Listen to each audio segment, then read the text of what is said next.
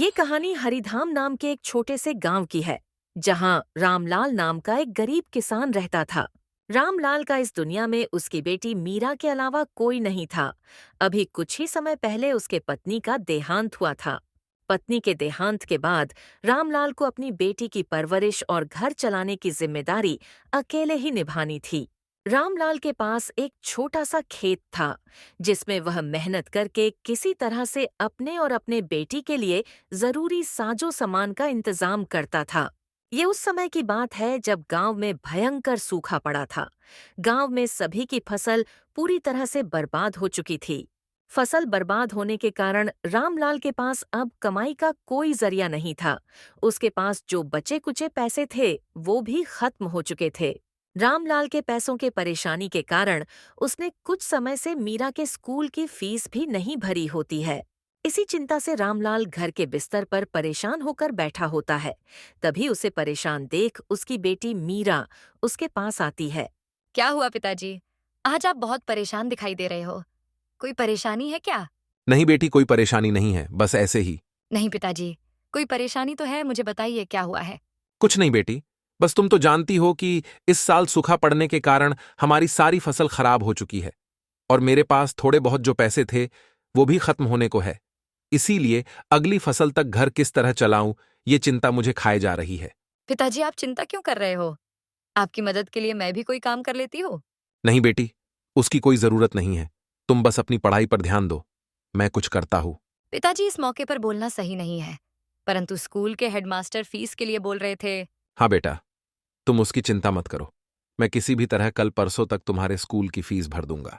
ठीक है पिताजी, मैं कल हेडमास्टर को कह दूंगी कि आप आज कल में फीस भर देंगे। फिर वहां से मीरा अपने कमरे में चली जाती है। मीरा को बोल तो दिया है कि कल परसों तक उसकी स्कूल फीस भर दूंगा, पर मेरे पास तो कल के राशन भर के पैसे नहीं हैं। इसी चिंता से परेशान होकर रामलाल अपने घर में टहलने लगता है। टहलते टहलते वो अचानक रुक जाता है। लगता है इस बार मुझे धनीराम सेठ के पास से पैसे सूद पर लेने पड़ेंगे, वरना मैं ना तो घर का खर्च चला पाऊंगा और ना ही मीरा की स्कूल की फीस भर पाऊंगा।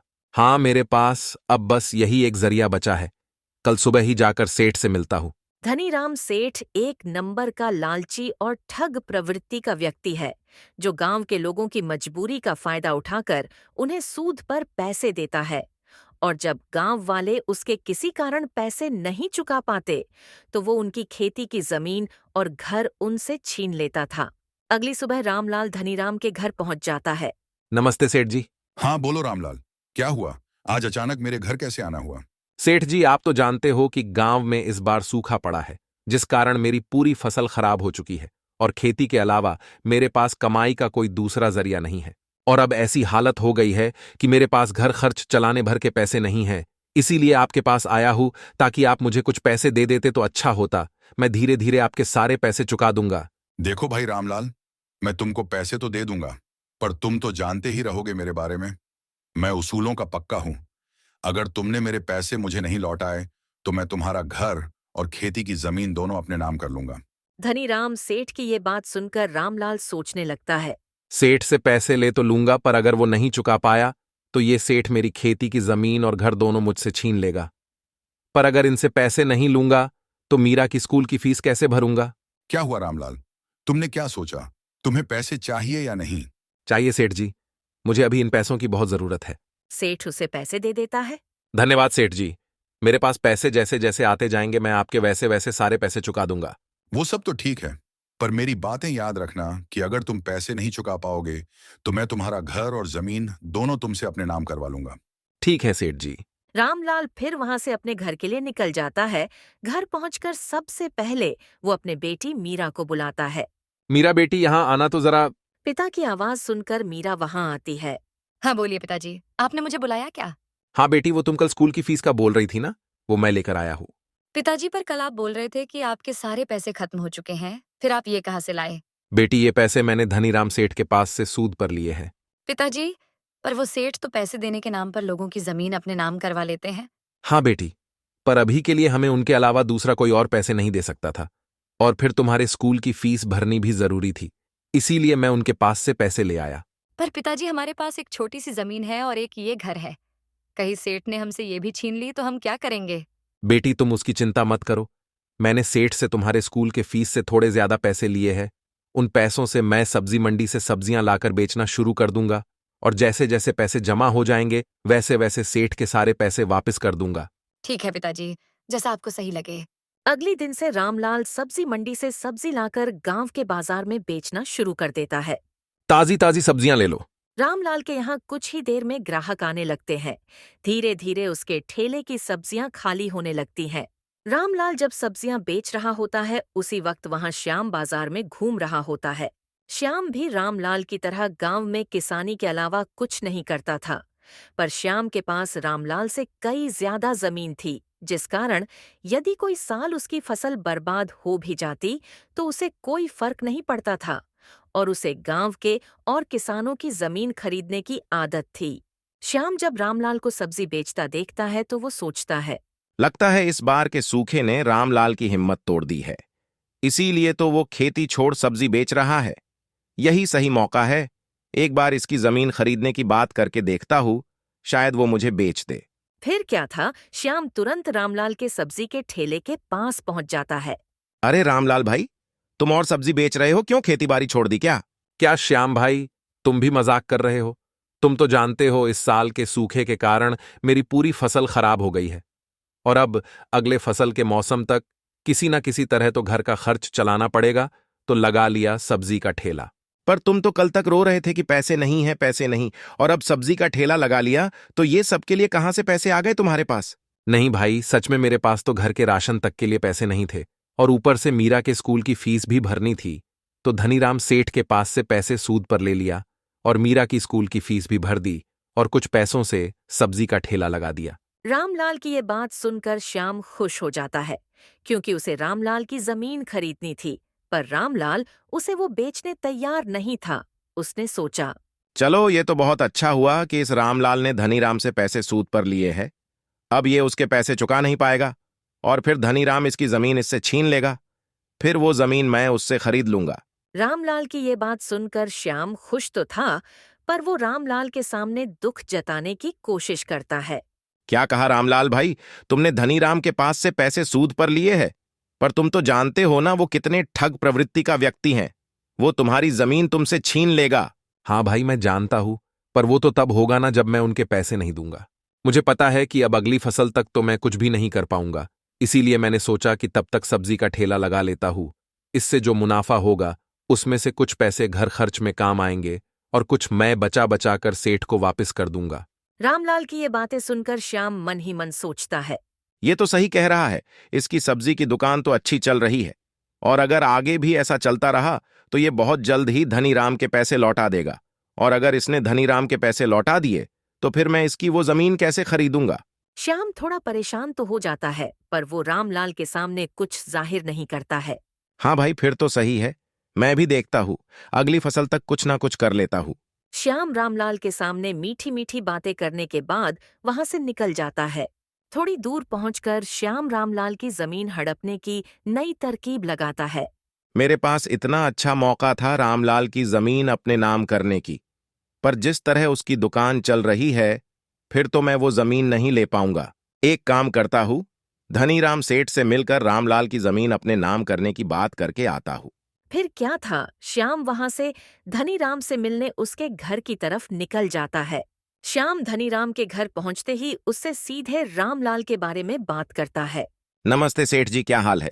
अरे श्याम भाई, तुम यहाँ और ये मुझे सेठ जी बोलकर मेरा मजाक उड़ा रहे हो क्या? मुझे तो लगता है मुझे तुम्हें सेठ बोलना चाहिए। मुझसे ज्यादा जमीन तो तुम्हारे पास होगी। कहाँ धनी भाई, बस गिन चुनकर 5-10 होंगी। भाई, तुम्हारी बात सुनकर तो मुझे वो मुहावरा याद आ गया। कौन सा मुहावरा भाई? भाई वही बोलते हैं ना, हाथी के खाने के दांत अलग होते हैं और दिखाने के अलग। बस भाई मजाक छोड़ो, मैं तुम्हारे पास एक बहुत जरूरी काम से आया था। बोलो भाई, क्या काम था? मैंने सुना है उस रामलाल ने तुमसे पैसे सूद पर लिए हैं। हाँ भाई, अभी कल ही तो लेकर गया वो मुझसे पैसे। क्यों, नहीं देना था क्या? उसे तुमने बताया था ना कि अगर वो तुम्हारे पैसे नहीं लौट आएगा तो तुम उसकी जमीन अपने नाम करवा लोगे। हाँ, मैंने उसे पैसे देने से पहले और पैसे देने के बाद अच्छे से समझा दिया था कि अगर उसने मुझे पैसे समय से नहीं लौटाए तो मैं उसकी खेती की जमीन के साथ साथ उसका घर भी अपने नाम कर लूंगा। ये बहुत सही किया तुमने। क्या हुआ श्याम भाई, कहीं तुम्हें उसकी जमीन तो नहीं चाहिए? हाँ भाई, तुम एकदम सही समझे, मुझे उसकी जमीन चाहिए थी। मैंने कई बार उसे वो मुझे बेचने का प्रस्ताव दिया था, पर वो हमेशा मना कर देता था। पर इस बार अच्छा मौका है उसकी जमीन अपने नाम करवाने का। तो अब तो तुम्हें उससे उस जमीन की बात करने की जरूरत ही नहीं पड़ेगी, क्योंकि कुछ ही दिनों में उसका मालिक मैं बन जाऊंगा। तो फिर सीधा मुझसे बात करो उस जमीन की। नहीं भाई, तुम्हें इतना खुश होने की जरूरत नहीं है। वो तुम्हें अपनी जमीन इतनी आसानी से नहीं देगा। मैं जानता हूं उसे। क्या बात कर रहे हो भाई? इस बार तो सूखा पड़ चुका है और अगली फसल की तैयारी करने में अभी बहुत समय है, तो वो मुझे पैसे कैसे चुका पाएगा? मैंने भी जब सुना कि उसने तुमसे पैसे लिए हैं तो मुझे लगा मैं अब सीधा तुमसे जमीन खरीद लूंगा। पर उसने तुमसे जो पैसे लिए हैं उनसे गांव के बाजार में सब्जी का ठेला लगा लिया है। और मैं खुद देख कर आ रहा हूं, वो बहुत अच्छा चल भी रहा है। और अगर इसी तरह उसकी सब्जियां बिकी तो वो कुछ ही दिनों में तुम्हें तुम्हारे पूरे पैसे वापस कर देगा। श्याम की बात सुनकर धनीराम भी थोड़ा चौंक जाता है। क्या कहा श्याम भाई तुमने? अगर ऐसा हुआ फिर तो उसकी जमीन और घर दोनों मेरे हाथ से चले जाएंगे। नहीं भाई, मेरे पास एक तरकीब है जिससे तुम्हें तुम्हारे पैसे भी मिल जाएंगे और उसका घर भी। पर उसके बदले तुम्हें मुझे उसकी जमीन देनी पड़ेगी। मुझे मंजूर है भाई, बताओ क्या तरकीब है? भाई, कोई बहुत बड़ी तरकीब नहीं है। तुम बस रामलाल से अपने पैसों का पूछते रहना, और जैसे ही वो कहे कि 2-3 दिनों में दे दूंगा तो फौरन मुझे बता देना। मैं उसके सारे पैसे चुरा लूंगा तो वो तुम्हें पैसे नहीं दे पाएगा। और अगर वो पैसे नहीं दे पाया तो जमीन और घर तुम्हें देना पड़ेगा, और चुराए हुए पैसे भी मैं तुम्हें लाकर दे दूंगा। इससे तुम्हें तुम्हारे सारे पैसे भी मिल जाएंगे और घर भी। उसके बदले तुम मुझे उसकी जमीन दे देना। श्याम की तरकीब सुनकर धनीराम सोचता है। सही है, इसमें तो मेरा ही फायदा है। चोरी भी श्याम करेगा और मुझे मेरे पैसे भी मिल जाएंगे और साथ ही साथ रामलाल का घर भी। मुझे मंजूर है श्याम भाई, मैं थोड़े थोड़े दिनों में रामलाल से पैसों के बारे में पूछता रहूंगा, और जैसे लगेगा कि उसके सारे पैसे जमा हो गए, मैं फौरन तुम्हें बता दूंगा। फिर क्या था, श्याम वहां से अपने घर के लिए निकल जाता है। अगले दिन धनीराम रामलाल से मिलने बाजार जाता है। धनीराम जब रामलाल के ठेले के थोड़ी दूरी पर पहुंचा तो उसने देखा कि उसके दुकान में बहुत भीड़ लगी थी। इतनी भीड़ को देख धनीराम कहता है। सही कह रहे थे श्याम भाई, इस रामलाल की सब्जी की दुकान तो बहुत अच्छी चल रही है। ऐसे में तो वो मेरा सारा पैसा बहुत जल्द ही लौटा देगा। जैसे ही ठेले से कुछ लोग कम होते हैं, धनीराम रामलाल से मिलने पहुंच जाता है।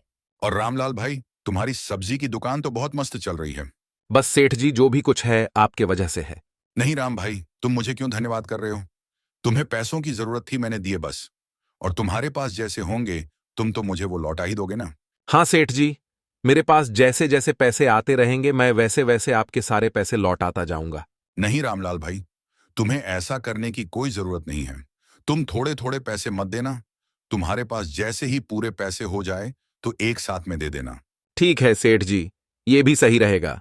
फिर भी कितने दिन लगेंगे तुम्हें पूरे पैसे जमा करने में? सेठ जी, अगर ऊपर वाले की दुआ से सब सही चला तो 1 महीने में आपको आपके पूरे पैसे चुका दूंगा, सूद समेत। फिर तो बहुत सही रहेगा भाई। ठीक है, तो तुम काम करो, मैं चलता हूँ। फिर क्या था, धनीराम वहां से अपने घर के लिए निकल जाता है और रामलाल अपनी दुकान संभालने में व्यस्त हो जाता है। कुछ दिनों तक ऐसे ही चलता है। रामलाल अपनी दुकान से बहुत मुनाफा कमाता है। अभी धनीराम को कुछ ही दिन हुए थे रामलाल से मिलकर, पर श्याम के तरकीब के हिसाब से वो फिर से रामलाल से मिलने पहुंच जाता है। और रामलाल भाई, क्या हाल है? और दुकान कैसी चल रही है? सब बढ़िया है सेठ जी, और ऊपर वाले की दुआ से दुकान भी बहुत मस्त चल रही है। चलो फिर तो सही है। इसका मतलब तुम बहुत जल्द ही मेरे पैसे लौटा दोगे। हाँ सेठ जी, कुछ जमा हो गए हैं, कुछ बाकी है। जैसे हो जाएंगे आपको लाकर दे दूंगा, पर अब महीना नहीं लगेगा, शायद थोड़ा जल्दी हो जाएगा। ठीक है भाई, पर याद रखना पूरा एक साथ देना है। हाँ सेठ जी, पूरा एक साथ ही दूंगा। धनीराम वहां से चला जाता है, पर जाते वक्त रामलाल उसके साथ श्याम को देख लेता है, पर उसे अब तक इनके तरकीब के बारे में कुछ पता नहीं था। इसी तरह कुछ और दिन बीत जाते हैं। देखते देखते रामलाल कुछ ही दिनों में सारे पैसे जमा कर लेता है। अब बस उसे ब्याज के पैसे जमा करने थे। चलो, सेठ से जितने पैसे लिए थे वो तो जमा हो गए। बस अब 2-3 दिनों में बस ब्याज के पैसे जमा कर लेता हूँ, फिर सेठ के पैसे उन्हें वापस कर दूंगा।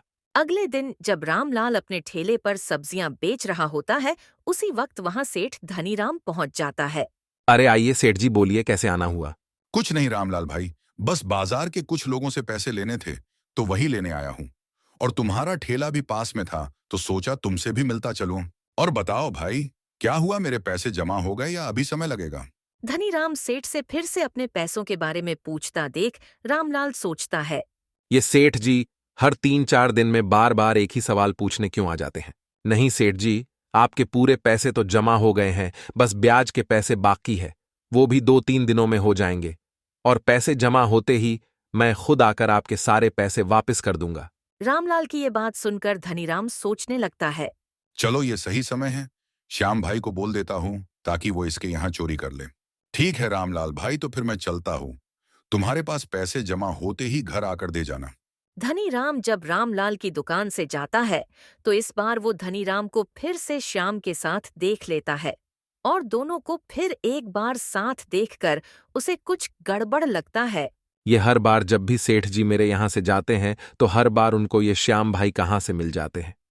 कहीं तो कुछ गड़बड़ है, एक बार इन दोनों का पीछा करके देखता हूँ। फिर क्या था, रामलाल भी उन दोनों के पीछे पीछे चला जाता है। रामलाल की दुकान से थोड़ी दूरी पर आकर धनीराम और श्याम दोनों रुक जाते हैं और आपस में बात करने लगते हैं। उन दोनों से थोड़ी ही दूरी पर छुपकर रामलाल दोनों की बातें सुनने लगता है। क्या हुआ धनीराम भाई, और कितने दिन लगने वाले हैं इस रामलाल को पैसे जमा करने में? भाई तुम आज रात की तैयारी कर लो। रामलाल के घर से पैसे चुराने की, क्योंकि उसने रकम जमा कर लिया है, बस ब्याज के पैसे जमा करना बाकी है। क्या कह रहे हो धनीराम भाई? यानी रामलाल ने तुमसे जितना लिया था उतना पूरा जमा कर लिया? हाँ भाई, बस ब्याज के पैसे बाकी हैं। फिर तो सही है, मैं आज रात को उसके घर से सारे पैसे चुरा लूंगा और फिर आप उससे पैसे मांगने कल चले जाना। भाई पर उसने बोला है कि ब्याज के पैसे जमा करने 2-3 दिन लगेंगे, फिर कल कैसे मांगने चला जाऊं?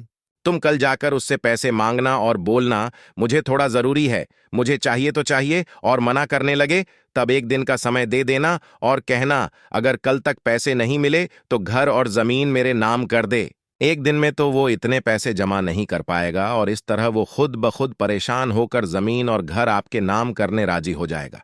वाह भाई, क्या बात है, क्या दिमाग लगाया है तुमने। ठीक है, तो तुम आज रात की तैयारी करो, मैं कल की तैयारी करता हूँ।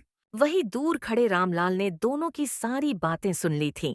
ये दोनों तो मिलकर मुझसे मेरी मेहनत की कमाई और घर जमीन हड़पने की साजिश कर रहे हैं। रामलाल को कुछ नहीं समझ रहा था, इसीलिए वो फौरन वहां से अपने घर पहुंच जाता है। रामलाल बहुत गहरी चिंता में अपने घर के बिस्तर पर बैठा होता है, तभी वहां उसकी बेटी मीरा आती है। क्या हुआ पिताजी, आप इतनी चिंता में क्यों हो? कोई परेशानी है क्या? हाँ बेटी, एक परेशानी तो है।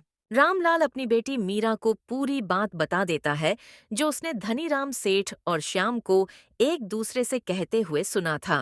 पिताजी, तो आपने कोई तरकीब सोची है क्या? नहीं बेटी, बस वही सोचने की कोशिश कर रहा हूँ, पर कुछ सूझ ही नहीं रहा है। पिताजी, मेरे पास एक तरकीब तो है जिससे सेठ भी हैरान रह जाएंगे और श्याम काका भी। बताओ बेटी, क्या तरकीब है? मीरा अपने पिता को सारी तरकीब समझा देती है और मीरा की तरकीब सुनकर रामलाल उसकी बहुत तारीफ करने लगता है। वाह बेटी, क्या खूब तरकीब लगाई है तुमने। अब देखो कल मैं कैसे दोनों को चौंका देता हूँ। फिर क्या था, रामलाल और मीरा दोनों अपने तरकीब पर काम करने के बाद खाना वगैरह खाकर सोने चले जाते हैं। फिर कुछ समय बाद जब रामलाल अपने कमरे में सो रहा होता है, उसी वक्त श्याम धीरे से उसके कमरे में आकर उसके अलमारी से सारे पैसे लेकर वहां से चला जाता है। अगली सुबह श्याम सारे पैसे लेकर धनीराम के पास पहुंचता है और सारे पैसे धनीराम को दे देता है। धनीराम भाई, अपने तरकीब के हिसाब से मैं सारे पैसे लेकर आ गया हूँ।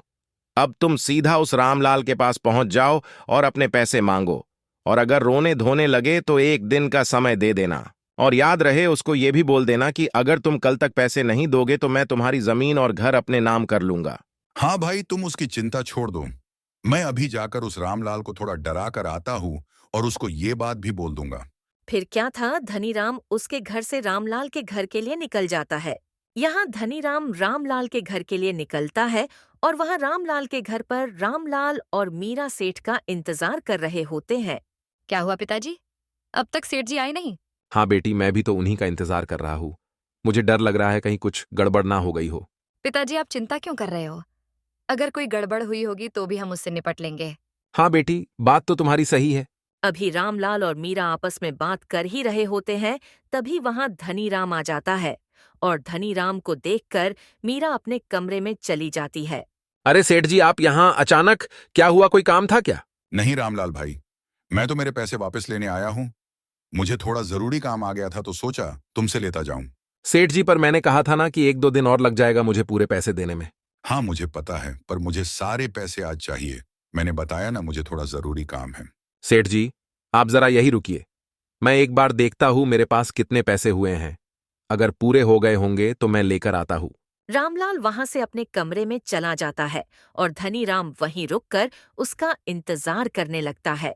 थोड़ी देर के बाद रामलाल दौड़ता हुआ अपने कमरे से आता है। सेठ जी, एक समस्या हो गई है। समस्या? कैसी समस्या हो गई है रामलाल भाई? सेठ जी, मैंने सारे पैसे अपने कमरे की अलमारी में रखे थे। लगता है किसी ने सारे पैसे चुरा लिए हैं। क्या कहा रामलाल भाई? पैसे चुरा लिए हैं? कहीं तुम झूठ तो नहीं बोल रहे हो, ताकि मुझे पैसे ना देने पड़े? नहीं सेठ जी, मैं झूठ क्यों बोलूंगा। सच में मैंने सारे पैसे अपने कमरे के अलमारी में रखे थे, और मुझे झूठ बोलकर क्या मिलेगा।